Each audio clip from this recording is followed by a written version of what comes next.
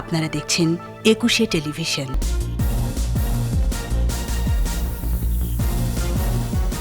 Corona সহ বৈষয়িক ও আঞ্চলিক উদ্যোগে একসঙ্গে কাজ করবে বাংলাদেশ ভারত 7টি সমঝোতার চুক্তি সই। 55 বছর পর চিলাহাটি হলদিবাড়ি রেল সংযোগ চালু, স্থল বাণিজ্যে নতুন যুগের সূচনা। বেগমপাড়ায় 2,500 কোটি টাকা পাচার, দুদক সহ 5 প্রতিষ্ঠানের প্রতিবেদন। আল্লামা শফিকে হত্যা চেষ্টার অভিযোগে মামুনুল হক সহ 36 জনের বিরুদ্ধে মামলা।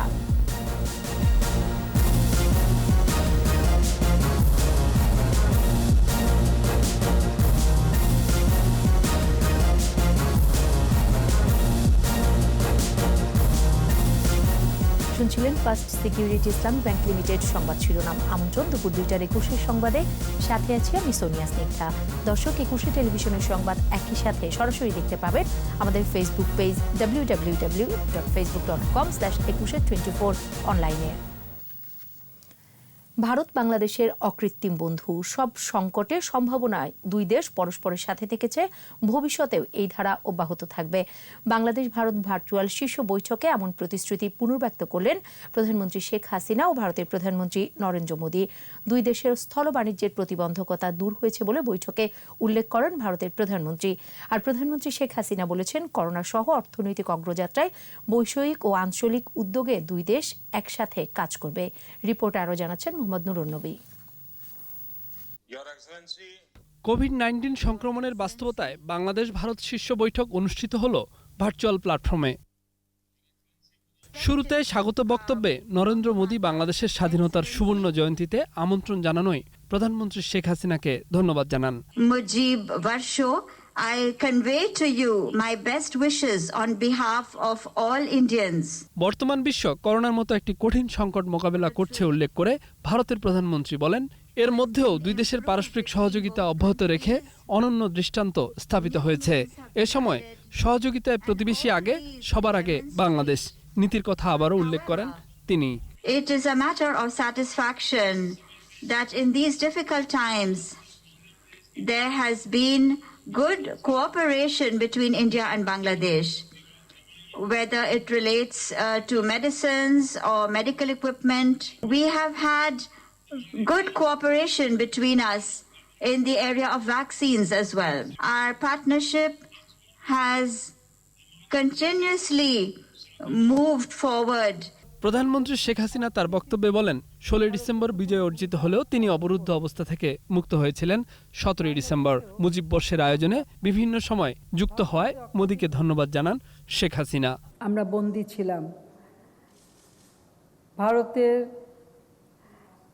কর্নেল অশোক তারা, তখন তিনি মেজর ছিলেন, তো কর্নেল অশোক তারা এসে এই 17 ডিসেম্বর সকালে আমাদেরকে পাকিস্তানি হানাদার বাহিনীর সেই সেনাবাহিনীর হাত থেকে মুক্ত করেন। করোনার মতো অদৃশ্য শত্রুর বিরুদ্ধে মোদী সরকারের লড়াইয়ের প্রশংসা করেন বাংলাদেশ সরকার প্রধান। এই সংকট মোকাবেলায় দুই দেশের একসাথে কাজ করার আহ্বান জানান প্রধানমন্ত্রী শেখ হাসিনা। মানবজাতি কিভাবে অজানা শত্রু মোকাবেলা করে তার পরীক্ষার মুখোমুখি। মহামারীর সবচেয়ে বড় বহিঃপ্রকাশ হলো মানুষের সঙ্গে মানুষের যোগাযোগ বিচ্ছিন্ন হয়ে যাওয়া। বাংলাদেশ ও ভারতের অর্থনীতির ক্রমবর্ধমান পারস্পরিক নির্ভরতা আমরা আনন্দের সঙ্গে স্বীকৃতি দেই। বক্তব্যের পর বঙ্গবন্ধু বাপু ডিজিটাল প্রদর্শনীর উদ্বোধন করেন দুই প্রধানমন্ত্রী। দুই দেশের যৌথ আয়োজনে এই প্রদর্শনীতে দুই জাতির পিতার সংগ্রামের দুর্লভ ছবি সহ দুই দেশের ইতিহাস ঐতিহ্যের প্রতিচিত্র স্থান পেয়েছে। এছাড়া অবমুক্ত করা হয় মুজিব বর্ষের স্মারক ডাকটিকিট। আর নীলফামারী, চিলাহাটি ও ভারতের কুচবিহারের হলদিবাড়ি রেলপথও উদ্বোধন করেন দুই প্রধানমন্ত্রী। এর মধ্য দিয়ে 55 বছর পর আবার চালু হলো এই রেলপথ। প্রাথমিকভাবে এই রেলপথ দিয়ে কেবল পণ্যবাহী ট্রেন চলবে। Bangladesh and India. Mohammad Nurun Nabi, Ekushey television, Dhaka. Bharat ও বাংলাদেশের মধ্যে 7টি প্রোটোকল ও সমঝোতা চুক্তি স্বাক্ষরিত হয়েছে। রাষ্ট্রীয় অতিথি ভবন পদ্মায় ভারতের পক্ষে নিযুক্ত হাই কমিশনার বিক্রম দোরাইস্বামী এবং সংশ্লিষ্ট মন্ত্রণালয়ের কর্মকর্তা নিজ নিজ দেশের পক্ষে স্বাক্ষর করেন। এর মধ্যে কৃষি মন্ত্রণালয়ের কৃষি সহযোগিতা, পরিবেশ মন্ত্রণালয়ের আন্তঃসীমান্ত হাতি সংরক্ষণ, বাণিজ্য মন্ত্রণালয়ের টার্মস অ্যান্ড রেফারেন্স TOR, জ্বালানি মন্ত্রণালয়ের হাইড্রোকার্বন সমঝোতা চুক্তি। এর বাইরে দিল্লি ন্যাশনাল মিউজিয়ামের সাথে বঙ্গবন্ধু স্মৃতি জাদুঘরের মুক্তিযুদ্ধের স্মারক বিনিময়, অর্থনৈতিক সম্পর্ক বিভাগের কমিউনিটি ডেভেলপমেন্ট প্রজেক্ট এবং বরিশাল সিটি কর্পোরেশনের বর্জ্য ব্যবস্থাপনায় যন্ত্রপাতি সরবরাহ ও মান উন্নয়নের সমঝোতা স্মারক স্বাক্ষরিত হয়েছে। We had 7 of these MOUs signed. 2 of these are on the subject of developmental cooperation and partnership. The idea being to step up our what we call HICDPs, high impact community development projects. FOU, the framework of understanding on energy, is to enable us to do more in energy partnership. The intention is not to hurt people, but these guards also must protect their own lives if they're attacked. So it's a very complicated thing. It needs great sensitivity. It needs a lot of effort to stop. দীর্ঘ 55 বছর পর চালু হলো নীলফামারীর চিলাহাটির সাথে ভারতের হলদিবাড়ির rail যোগাযোগ। বেলা 11:30টায় video কনফারেন্সে এই রুটে পণ্যবাহী রেল যোগাযোগের উদ্বোধন করেন বাংলাদেশের প্রধানমন্ত্রী শেখ হাসিনা ও ভারতের প্রধানমন্ত্রী নরেন্দ্র মোদী। আগামী বছরের 26 মার্চ এই রুটে যাত্রীবাহী ট্রেন চলাচলের পরিকল্পনা রয়েছে রেল বিভাগের। একসময় অবিভক্ত ভারতের প্রধানতম রেলপথ ছিল চিলাহাটি হলদিবাড়ি রুট। 1965 সালে পাকিস্তান ভারত যুদ্ধের সময় বন্ধ করে দেওয়া হয় রেল চলাচল। ট্রেন চলাচল করায় দুই দেশের মধ্যে বাণিজ্য সম্প্রসারণের সুযোগ তৈরি হলো, জানান বাণিজ্যমন্ত্রী টিপু মুন্সি। নতুন রেলপথে খুশি স্থানীয়রা।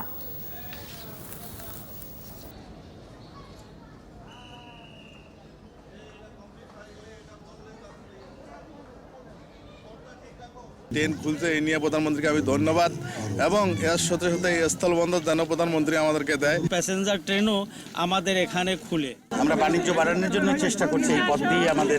এই পথ দিয়েই আমরা বাণিজ্য বাড়াতে চাই। তো উত্তরবঙ্গের জন্য এটা তো একটা সুখের বিষয়, আর 56 বছর পরে প্রায় এটা চালু হতে যাচ্ছে। আমাদের অনেক দিনের আশা ভরসা যে এটা চালু হলে পরে একেবারেই আর ঢাকা থেকে সোজা উঠে একদম শিলিগুড়ি পৌঁছে যেতে পারে, বেড়ানোর জন্য ভালো হবে। বেগমপাড়ায় অর্থ পাচারের বিষয়ে পরবর্তী শুনানি 28 ফেব্রুয়ারি নির্ধারণ করেছে হাইকোর্ট। বিচারপতি নজরুল ইসলাম তালুকদার ও বিচারপতি আহমেদ সোহেলের দ্বৈত বেঞ্চে দুদক সহ 5 সরকারি সংস্থার প্রতিবেদনের শুনানি হয়। বিদেশে অর্থ পাচারের বিষয়ে প্রতিবেদনে পূর্ণাঙ্গ তথ্য না থাকায় 28 ফেব্রুয়ারি পর্যন্ত দুদক সহ সরকারের 5 সংস্থাকে সময় দিয়েছেন হাইকোর্ট। এখন পর্যন্ত দুদকের প্রতিবেদনে 2,500 কোটি টাকার অর্থ পাচার হয়েছে বলে জানানো হয়েছে। কানাডায় অর্থ পাচারের বিষয়ে সে দেশের তথ্য চাওয়া হয়েছে বলে জানানো হয়।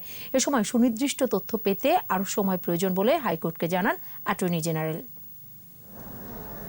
পুরো টাকার প্রায় 2500 কোটি টাকার মতো হতে পারে একটা প্রাইমারি প্রাথমিক হিসাবে। তবে এই টাকার পরিমাণ আরও বাড়তে পারে, কারণ অনেকগুলি গুরুত্বপূর্ণ মামলা ইনভেস্টিগেশন স্টেজে আছে এবং সেটা ইনকোয়ারি স্টেজেও আছে। সেটা যেহেতু শতাধিক ব্যক্তি এখানে ইনভলভ, এই ব্যক্তির সংখ্যা বাড়তে পারে, টাকার পরিমাণও বাড়তে পারে। হেফাজতে ইসলামের প্রয়াত আমির আল্লামা শাহ আহমেদ শফিকে হত্যার অভিযোগে 36 জনের বিরুদ্ধে মামলা দায়ের হয়েছে। বৃহস্পতিবার দুপুরে চট্টগ্রামের জুডিশিয়াল ম্যাজিস্ট্রেট 3-এর আদালতে এই মামলাটি দায়ের করেন আল্লামা আহমেদ শফির শ্যালক মোহাম্মদ মাইনুদ্দিন। মামলার বাদী পক্ষের আইনজীবী মোহাম্মদ আবু হানিফ বিষয়টি নিশ্চিত করেছেন। আইনজীবী মোহাম্মদ আবু হানিফ জানান, আল্লামা শফিকে পরিকল্পিতভাবে হত্যার অভিযোগে 36 জনকে আসামি করে মামলা দায়ের করা হয়েছে। মামলায় হেফাজতে ইসলামের বর্তমান কমিটির যুগ্ম মহাসচিব মামুনুল হককেও আসামি করা হয়েছে। আদালত মামলাটি আমলে নিয়ে পুলিশ ব্যুরো অফ ইনভেস্টিগেশনকে তদন্ত করে প্রতিবেদন দেওয়ার আদেশ দিয়েছেন। নিচ্ছি বিরতি। নো মাস্ক নো সার্ভিস বিধি মেনে চলুন, সুস্থ থাকুন। যখন ফিরছি তখন অন্যান্য খবরের সঙ্গে আরও থাকবে। তীব্র শীতে বিপর্যস্ত জনজীবন, বিপাকে খেটে খাওয়া মানুষ।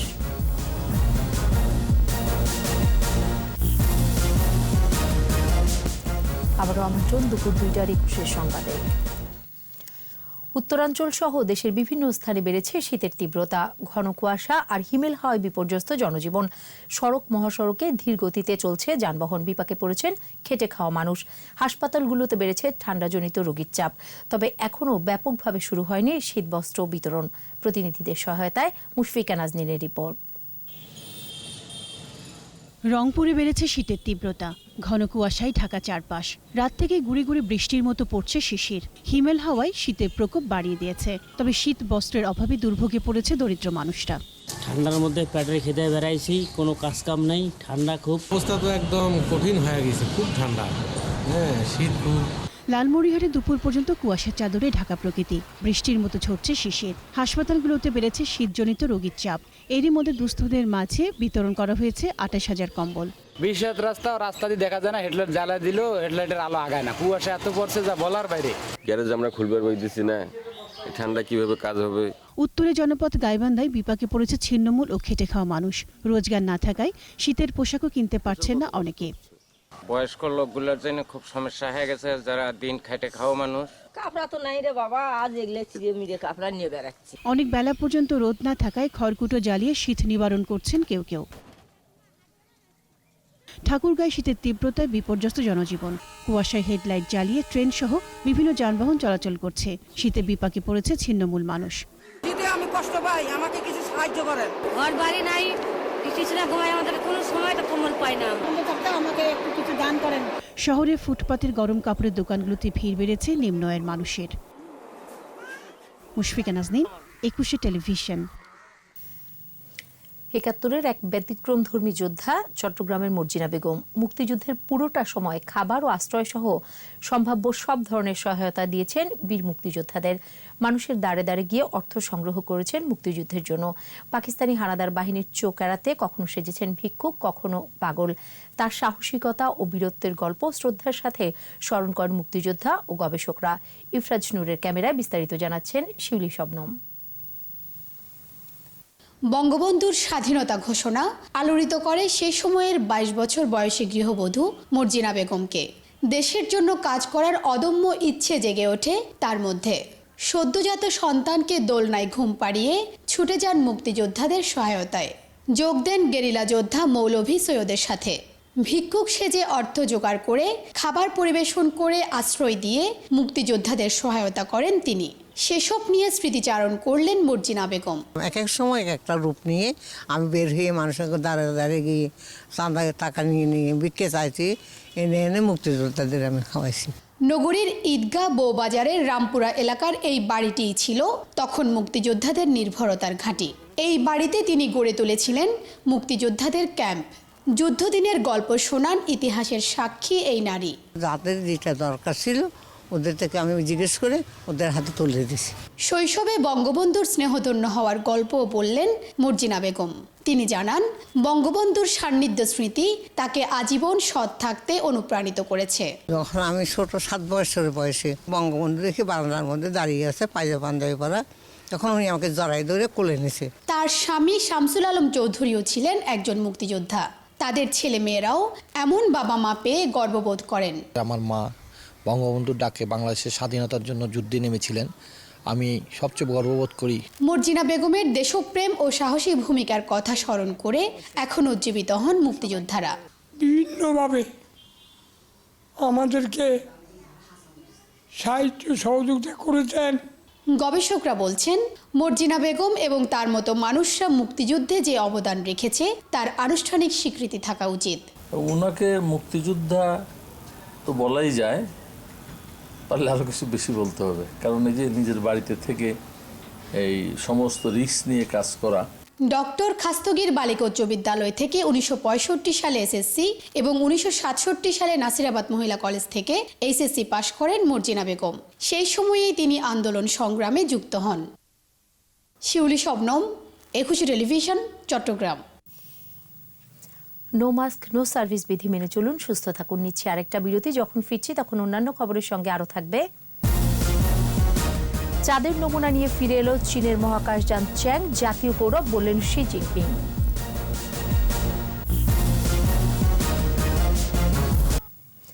আর এরই সাথে শেষ করছি দুপুর 2টার 21 সংবাদ। যাবার আগে ফার্স্ট সিকিউরিটি ইসলামী ব্যাংক লিমিটেড সংবাদ শিরোনামগুলো আরও একবার। করোনা সহ বৈষয়িক ও আঞ্চলিক উদ্যোগে একসঙ্গে কাজ করবে বাংলাদেশ ভারত, 7টি সমঝোতা চুক্তি সই। 55 বছর পর চিলাহাটি হলদিবাড়ি রেল সংযোগ চালু, স্থল বাণিজ্যে নতুন যুগের সূচনা। বেগমপাড়ায় ২৫০০ কোটি টাকা পাচার, দুদক সহ ৫ প্রতিষ্ঠানের প্রতিবেদন। আল্লামা শফিকে হত্যা চেষ্টার অভিযোগে মামুনুল হক সহ ৩৬ জনের বিরুদ্ধে মামলা।